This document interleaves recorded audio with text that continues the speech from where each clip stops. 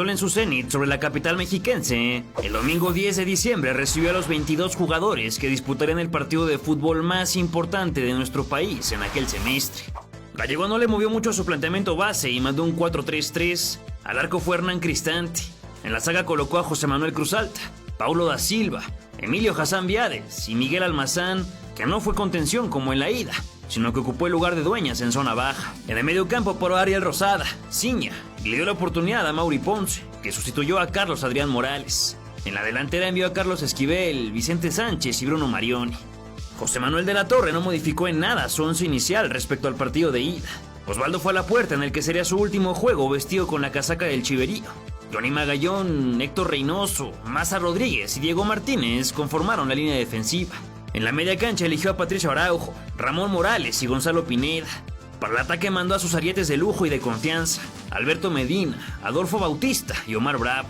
Todos ellos intentarían darle su segundo título al Guadalajara en la Bombonera, como el que ganaron en la 61-62, cuando vencieron a los Diablos con gol del mítico Sabas Ponce, superando en unidades al América y coronándose con 3 fechas de anticipación. El mundialista Armando Archundia fue elegido por la comisión de árbitros para impartir justicia, aprovechando que él sí tenía amplísimo recorrido.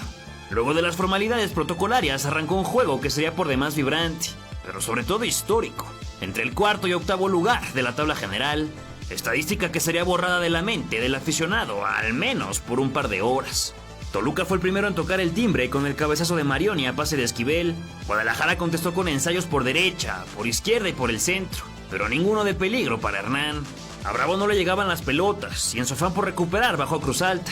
Chivas se apuraba y buscaba ir al frente. Sin embargo, la saga choricera les robaba de inmediato.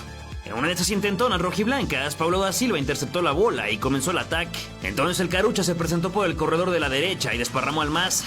Inmediatamente y sin ver, el once choricero colgó un centro a la olla donde apareció su punta para cascar con la frente el 1-0, que festejó con la maroma a la que ya nos tenía acostumbrados. La perra brava celebró a lo grande y Osvaldo, como buen capitán, les aplaudió a sus compañeros para levantar los ánimos, con mucho tiempo por jugarse todavía.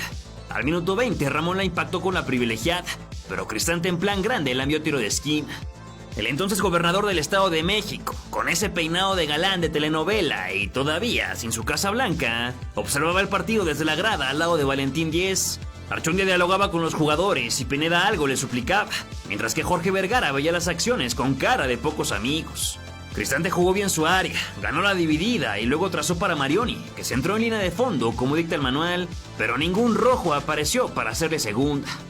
Más tarde Reynoso sorprendió con una chilena que se fue por un costado. Vicente la intentó de sexto año, pero la mandó por los cielos. El minuto 30 hizo su aparición y entonces el Bofo se atrevió con su derecha, solo que Hernán medio contuvo, pero reaccionó rápido para quedarse con el rebote. Esquivel también se tuvo fe a la distancia, pero fue a la ubicación de Osvaldo. Araujo tundió a Ciña, Martínez a Marioni. Sánchez le ganó la dividida al otro Sánchez y la primera parte no dio más parque. La desventaja carcomía a la afición rojiblanca, pero tremenda generación no les iba a decepcionar, saltando para el complemento con las pilas recargadas a tope. Los mismos 22 jugadores continuaron sobre el terreno y nada interesante sucedió hasta que la velocidad de Alberto Medina obligó a Hassan Viades a bajarlo sobre la línea de banda al 52. Nadie más que Ramón Morales podía cobrar esa falta. El michoacano tendió el balón para los chambelanes del área y ya en la pista de baile, el mazatleco le ganó en la danza a Hassan. Entre cabeza y hombro concretó la igualada de condiciones. Yendo a la cita, mira de dónde desprende, es Hassan Viades quien lo marcaba, le gana la posición y después hace bien relativamente el remate porque había que amortiguar un poco, parece que termina desviando incluso con el hombro, pero el Guadalajara, yo le pregunto dónde estaban escondidos toda esta gente que está gritando Chivas.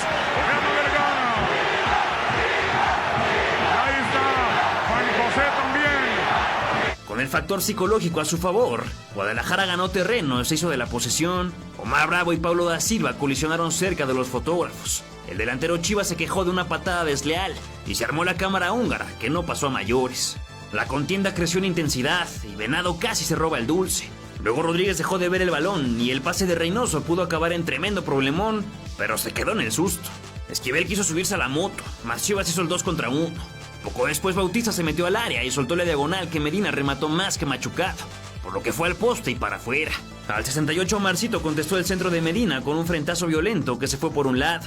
pero ya apestaba gol de Guadalajara, y Carlos Salcido lo sabía desde su domicilio en Eindhoven, conectado a la transmisión muy a lo Televisa, que si algo sabe hacer es fabricar un show. Mientras tanto, a 9.333 kilómetros de distancia, cuando el 69 se marchitaba en el Nemesio 10, el equipo tapatío coartó un ataque choricero y se lanzó al frente. Bofo cortó el campo por la mitad y al rebasar la media cancha descargó largo para Medina, que la alcanzó como pudo.